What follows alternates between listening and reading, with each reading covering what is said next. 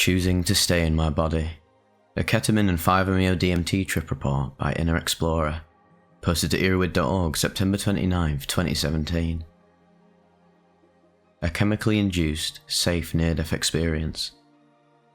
5-MeO-DMT and ketamine intramuscular report. Set and setting. Relaxed, having eaten about 2 hours prior. Also having done a long meditation in nature earlier in the day. A 5-MeO-DMT playlist was on. I had a dose of 4 mg of 5-MeO-DMT hydrochloride intramuscular and 50 mg of ketamine intramuscular. I'd prepared a sterile vial with 200 mg of 5-MeO-DMT in 20 ml of bacteriostatic water run through a micron filter, resulting in a concentration of 10 mg. I'd also acquired a pharmaceutical vial of anesthetic ketamine, which had a concentration of 50 mg. I drew 1 ml of the ketamine solution into one insulin syringe and 0.4 ml of 5-MeO-DMT into another insulin syringe. I planned to inject the ketamine syringe first since it was a larger volume to inject and would give me enough time to inject the syringe containing the 5-MeO-DMT. I wanted to undertake this experience because I've been long curious about the synergy between tryptamines and dissociatives, particularly ketamine and 5-MeO-DMT, and I'd also been curious about 4-ACO-DMT and dyschloroketamine, but that may be for another time. I felt like this combination of medicines taken in an intentional, healing context might allow me to touch the very core of my being and know deeper the concept of self-love. I'd participated in 2 ayahuasca ceremonies a week prior, and what came out of those ceremonies was a need to love myself ever more deeply. In my internal process, I reflected on this concept but found that I did not know what it truly felt like to love myself, and to engage in that practice over a longer period of time. It was in light of this that I decided to undertake this experience, which would prove to be one of the most powerful experiences of my entire life.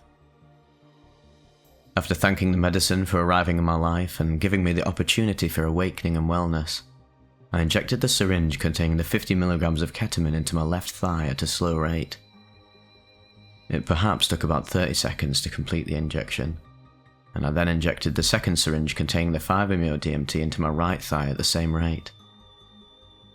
I turned on my playlist, which started with Ad Godai Name by Jay Jagdish. I laid down and turned my focus within and to my breathing. Within the first 5 minutes, I began to recognize the initial effects of ketamine as well as 5-MeO-DMT, as if they were starting at opposite ends. The white static vibration ketamine seemed to be coming from the left, while the smooth wave-like vibration of 5-MeO-DMT seemed to be coming from the right, merging together like water filling all the gaps in a Tetris game. The moment of union was incredible to behold.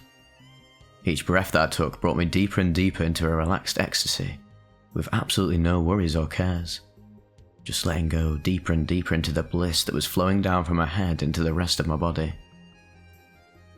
This feeling continued to grow until I felt like I might purge. Somehow, I managed to get up and walk or waddle across the room, grabbing the trash can and bringing it back to my bed where I sat next to it to anticipate a release. Instead of a purge, the release transformed from a nauseous feeling to tears and sadness in my heart that gradually released over time. All the time of self-neglect, all the self-loathing for no real reason, all the time of not knowing my value, I let it all go. And as I did this, I began to realize how completely out of it I truly was. I didn't remember where I was or what I'd even taken, and I didn't even fully associate with my body. The level of dissociation was much more intense than single doses of 4 mg of 5-MeO-T or 50 mg of ketamine alone. There was a part of me that began to feel somewhat concerned. Whilst I didn't really know it at the time, I'd begun to reach the peak, and at this point, this was when all things merged into one. I was the wall, I was my mother, I was my father, I was the air, I was the water.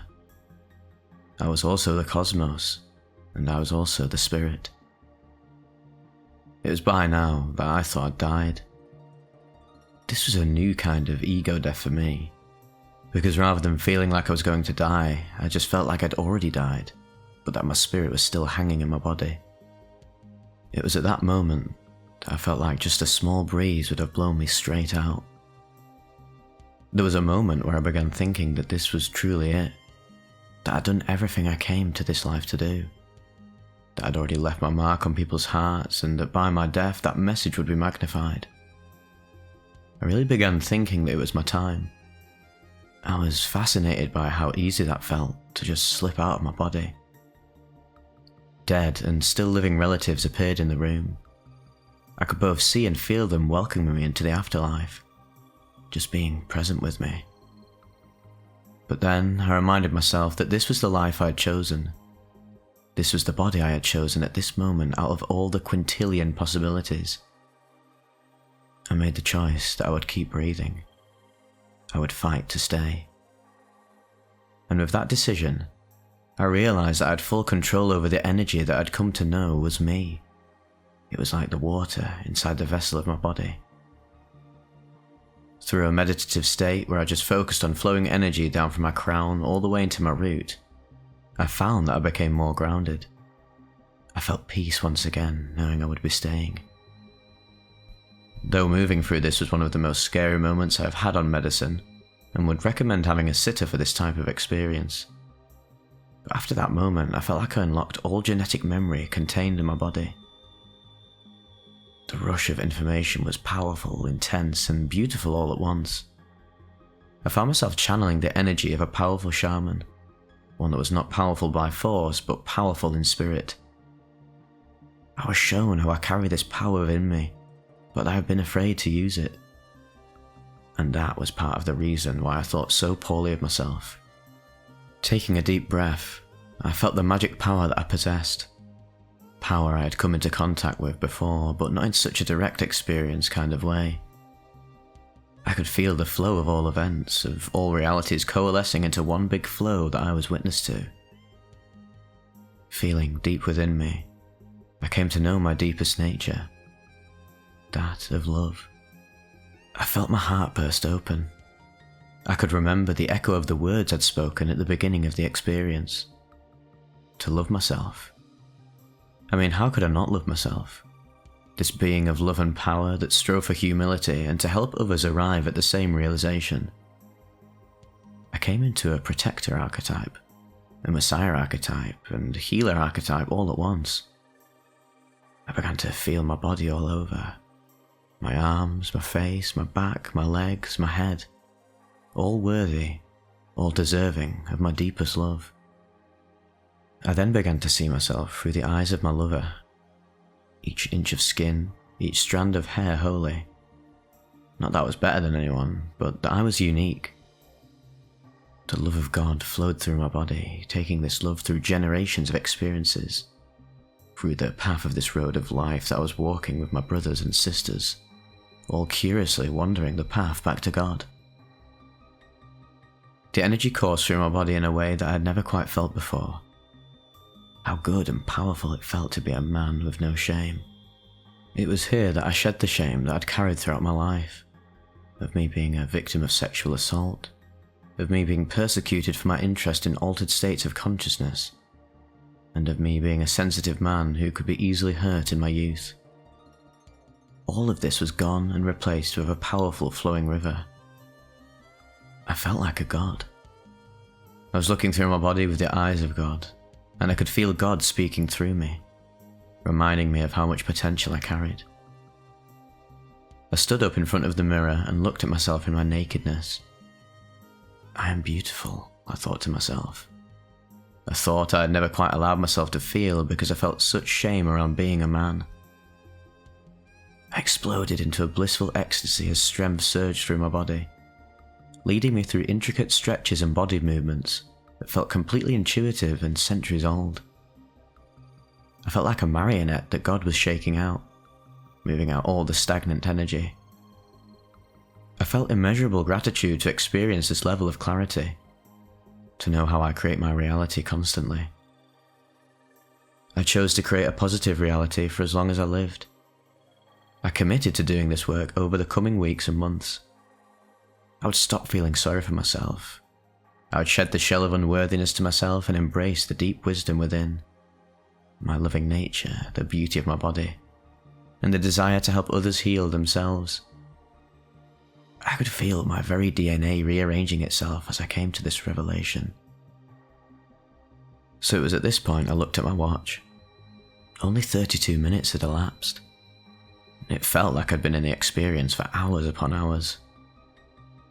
I continued to be in a deep meditative state for another 30 minutes before reaching out to a friend to relate as much as I could about this experience so that I would not forget it. This report has been a highlight of the most prominent moments, but I think other aspects will come up as time goes on.